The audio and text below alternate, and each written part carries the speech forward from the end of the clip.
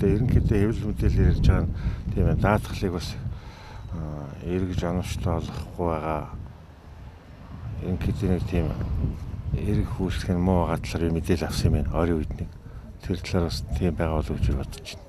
Энэ дээр болохоор бас нэг учир дутагдaltaй танаа зөндөө байгаа юм шиг байл шүү дээ. Ингээл хүмүүс чи одоо шүргэлцчээ ч юм уу ямар нэгэн юм болчоод ингээд даатгал инээ тэрэгээл ярихаас даатгалахаар заавал нөгөө цагдаагийн бичиг хэрэгтэй. Тэгээд цагдаа нэрхээрээ дахиад одоо зан дээврийн зөрчилгээ 100 мянгаар бас нэмээд торгочдөг.